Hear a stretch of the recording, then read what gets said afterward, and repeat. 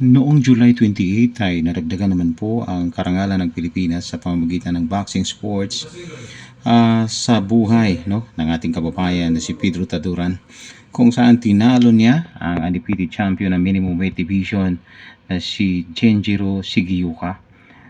May record na 11 wins, 9 knockouts. At syempre, binigyan ng unang pagkatalo ng ating kababayan ang naturang hapon sa minimum weight division. So congratulations Pedro Taduran, maraming salamat po sa patuloy na nagdasal para po sa ating mga kababayang boksingirong Pilipino na lumalaban sa ibang bansa, no? At syempre po sa kay Pedro Taduran. Good morning, magandang araw, magandang gabi, anumang oras marinig, mapanood ang video ito.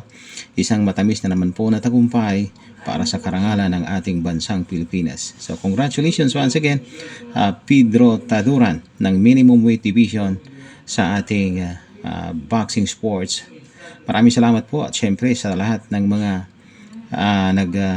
naging part po ng karir ng batang ito. Naway patuloy po nating ipanalangin ang ating mga kababayang boksingero na lumalaban para sa karangalan ng ating bansang Pilipinas.